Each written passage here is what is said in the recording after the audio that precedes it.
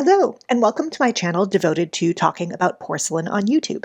As a society, we tend to take porcelain for granted because it's so ubiquitous in daily life, but I find it fully fascinating, both for its material properties and also for the way that it gets used in contemporary art.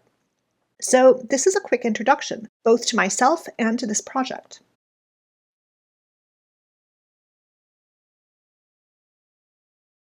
Hey, hello. I have a degree in art history. My fields of specialization were Renaissance Italy and pre-modern imperial China. My ultra-niche field is 𝗄ecie porcelain, which I wrote about quite a bit before I reconsidered my continued participation in academia. For this series, I'm kind of following my heart. I am especially drawn to work that explicitly engages traditional or past artwork in a new and socially relevant way.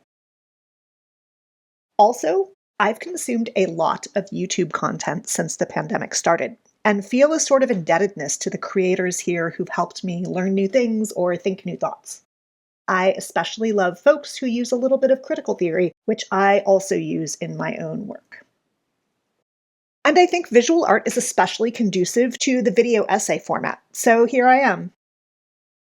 One of the myriad things that really bother me about academia is its inaccessibility outside university settings, even at a practical level. For that reason, for research on this series, I prioritize materials that are available for free, either that I got from my public library or are freely available online, at least here within the United States, where I'm based.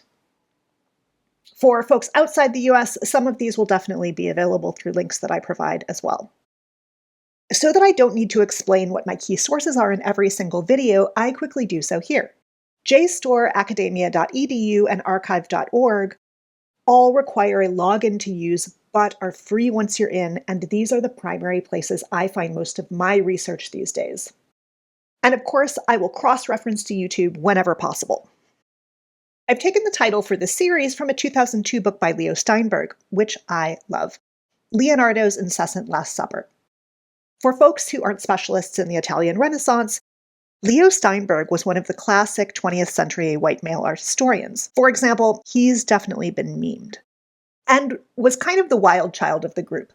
Most notoriously, in 1983, he published a study called The Sexuality of Christ, which, as you can imagine, caused a lot of people to get their undies in a twist.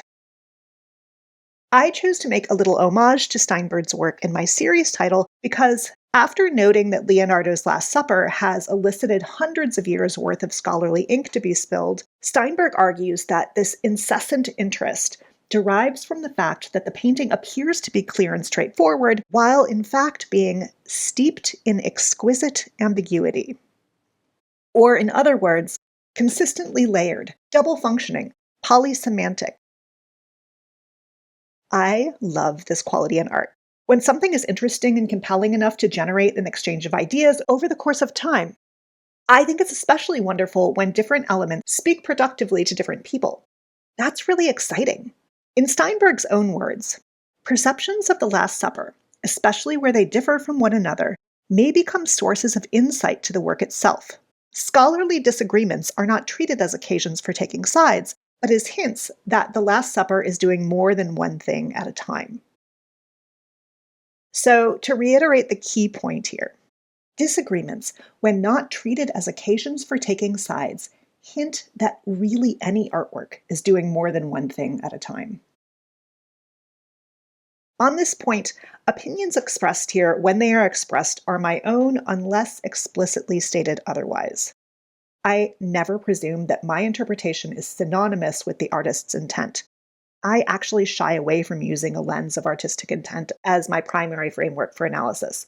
In my opinion, the most compelling art is conceptually elastic and capacious enough to support multiple interpretations. That's what, in Steinberg's estimation, The Last Supper did, and that's what makes it so incessant. And by the way, the various works that I'm highlighting here in this intro video are examples of contemporary artists who work in porcelain and whose work I personally find really compelling, including filmmakers like here. Something that Leonardo's Last Supper and porcelain have in common is that they are incessantly present, and also probably little thought about on a daily basis. They both just exist in the background of modern life, Most people in the United States probably know what they are, and also give little particular thought to either.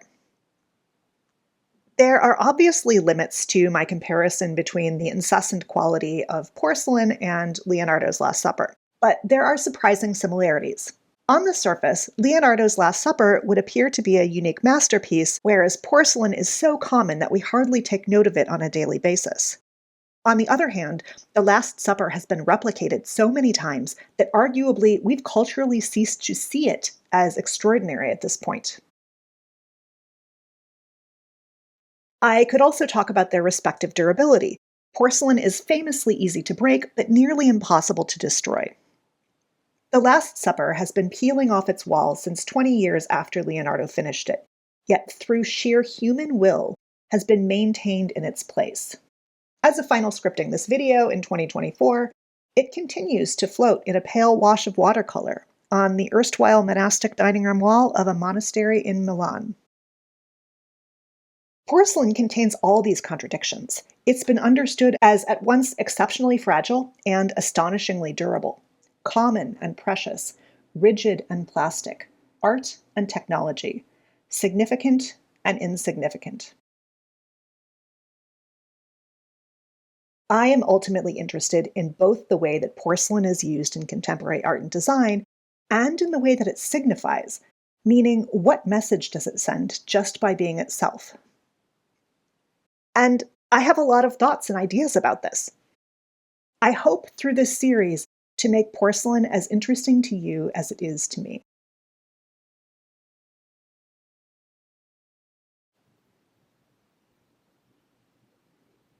Thanks for watching.